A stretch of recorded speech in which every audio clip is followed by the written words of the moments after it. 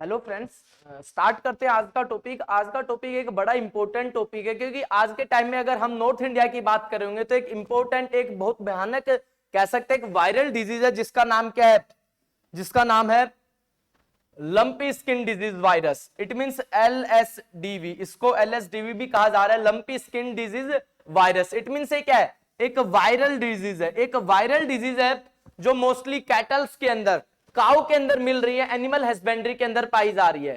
तो इस डिजीज के जो क्या क्या कोजेज हैं, कौन से सिम्टम्स हैं और ट्रीटमेंट ऑप्शन जो अभी अवेलेबल है, क्योंकि राइट नाउ कोई भी ऐसा वैक्सीन नहीं बनी है जो इस बीमारी को काउंटर कर सके। वैसे कहने को तो डिफरेंट वैक्सीन अपनाई जा रही है, सरकार वैक्सीन भी लगा रही है, बूस्टर डोज भी लगा रही है, लेकिन कोई ऐसी एक स्पेसिफाइड वैक्सीन नहीं है जो भी इस बीमारी को काउंटर कर सके।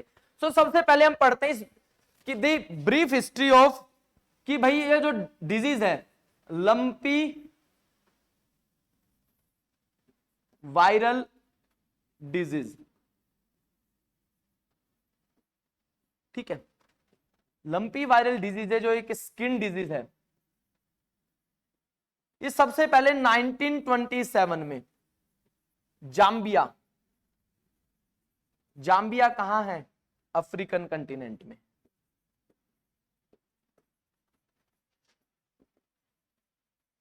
यहां पाई गई थी। 1927 में पहली बार लंपी जो डिजीज है वो जाम्बिया कंट्री में पाई गई थी, अफ्रीकन कंटिनेंट में।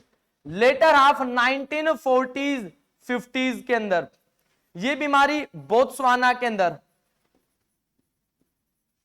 जिम्बाब्वे के अंदर, साउथ अफ्रीका के अंदर, ये तीनों कंट्रीज भी कहां की हैं, ये तीनों कंट्रीज भी अफ्रीकन कंटिनेंट की हैं। ठीक है दोस्तों, 2012 के अंदर ये बीमारी मिली मिडल ईस्ट के अंदर। काफी टाइम बाद फिर ये बीमारी एक बार फिर से आई, कहां पे, मिडल ईस्ट के अंदर। 2019 में इस डिजीज ने, इस वायरस ने एशिया के अंदर एंट्री की, एशिया के अंदर।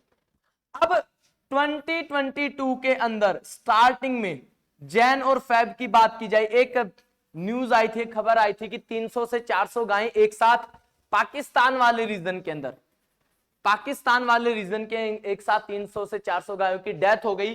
तो that was the initial indicator की एक बीमारी आ चुकी है। बाद में जब ये लार्ज स्केल पर फैली तब हमें पता चला जो लंपी स्किन डिजीज है, जो एक वायरल डिजीज है, उसकी एंट्री हो चुकी है पूरे एशिया के अंदर। सो दोस्तों, आज के दिन ये बीमारी एक बहुत ही कह सकते हैं भयानक रूप ले चुकी है, जिससे ट्रीटमेंट का अभी तक कोई भी ऑप्शंस नहीं मिले। गवर्नमेंट ने भी कहा है, काफी इंस्टीट्यूशंस ने भी कहा है कि हम आयुर्वेदिक तरीके अपना सकते हैं, या फिर जो भी ट्रेडिशनल वेज हम अपनाते थे, या फिर गोट के रिगार्डिंग जो वैक्सीन होती थी वो भी हम दे सकते हैं। देखना दोस्तों, अब ये डिजीज बेसिकली कहां, काऊ के अंदर हो रही है। तो हम देख लेते काऊ के कितनी बेसिकली टाइप की, इंडिया में कितने बेसिक टाइप की काउज है, जो मोस्टली है Sahiwal, Haryanvi, brown Swiss, red Sindhi, Holstein, Ayrshire और जर्सी। साहिवाल है सबसे फेमस टाइप की एक कैटल है, काऊ है, जो इंडिया में सबसे ज्यादा मिलती है। उसके बाद हरियाणा, आप ये देख पा रहे होंगे, होलेस्टिन और जर्सी ये दोनों टाइप की हैं, ये क्रॉस ब्रीड, ये क्रॉस ब्रीड काऊ है। एक और चीज, ये इनको फॉरेन काऊ भी कहा जाता है, इनको फॉरेन काऊ भी कहा जाता है। अब देखना, ये सारी डिफरेंट टाइप की मेजर काऊ की ब्रीड्स हैं जो इंडिया में मिलती हैं। एक और चीज, अब देखना यहां पे दोस्तों कि A1 milk producing cow breeds और A2 milk producing cow breeds, ये प्योर इंडियन है, ये है क्रॉस ब्रीड। प्योर इंडियन में साहिवाल आ गया, गिर आ गई, रेड सिंधी आ गई और कैंकरेज आ गई। अगर क्रॉस ब्रीड की बात की जाए उसके अंदर होलेस्टियन आ गई, कैरन स्विस आ गई, ब्राउन स्विस आ गई और जर्सी आ गई। इन दोनों में डिफरेंस क्या है, इन दोनों काउज के अंदर मेजर डिफरेंस क्या है, अगर आप सामने देख पा रहे होंगे तो देखना, इंडियन काउ है, इंडियन ओरिजिन की, उनके अंदर हम्प है हर एक काउ। लेकिन यहां पे देखो, ब्राउन स्विस के अंदर देखो, जर्सी के अंदर देखो, होलेस्टिन के अंदर देखो, किसी के अंदर भी आप आराम से यहां से समझ सकते हैं। देखना भाई, ये हम्प है, ये इंडियन ओरिजिन है, और यहां पे हम्प नहीं है, ये क्या है भाई, क्रॉस ब्रीड है। तो बेसिकली आपको समझ आ गया होगा, एक इंडियन ओरिजिन होती है प्योर इंडियन, और एक क्रॉस ब्रीड। क्रॉस ब्रीड इसलिए करवाई जाती है, क्यों भाई, क्योंकि इसके अंदर मिल्क क्वांटिटी है वो भी इंक्रीज होती है, डिजीज और डायबिटीज से भी मोस्टली फ्री होती है, क्योंकि इनके अंदर एक बेटर टाइप की ब्रीड को एक बेटर टाइप की ब्रीड से इंटर क्रॉस करवाया जाता है। ठीक है दोस्तों, अब देख रहे हैं lumpy skin disease. LSD is a viral disease of domestic cattle, water buffaloes and certain wild ruminants. एक ऐसी एक वायरल डिजीज है मोस्टली जो एनिमल हस्बेंड्री में पाई जा रही है। और आप भी जानते हैं कि हरियाणा या इंडिया या दिल्ली, NCR, यूपी, गुजरात, पंजाब, ये वाला रीजन एनिमल हस्बेंड्री पे बहुत सारा डिपेंड करता है। हमारे यहाँ पे लार्ज स्केल पर पशुपालन किया जाता है। तो एक वायरल डिजीज है जो बेसिकली किससे फैल रही है, ये फैल रही है बीज से, मॉस्किटो से, कि भाई जो मक्खियां हैं, बटरफ्लाइज हैं या मच्छर हैं, उनसे फैल रही है। The incubation period of the LSD is 28 days. 28 days के अंदर इसके पूरे सिम्टम्स है, जैसे बॉडी के ऊपर पैचेस बन जा रहे हैं। इसके बेसिकली सिम्टम्स क्या है? बेसिकली सिम्टम्स है कि भाई खाना, जो कैटल है वो खाना खाना कम कर दे रही है, हाई फीवर हो जा रहा है, जो मिल्क क्वांटिटी है वो कम हो जा रही है, या फिर स्वेलिंग ऑफ थ्रोट हो जा रहा है, तो ये बेसिक, या फिर वोमिटिंग भी हो रही है। ये इसकी बेसिक जो इसके अंदर सडन क्या हो रहा है, सडन एक गाय है वो बीमार पड़ जा रही है और उसके बाद लगभग 8 से 10 दिन के बाद जो बॉडी के ऊपर, स्किन के ऊपर पैचेस दिखाई दे रहे हैं, क्योंकि एक स्किन डिजीज है तो मोस्टली स्किन को अटैक कर रही है।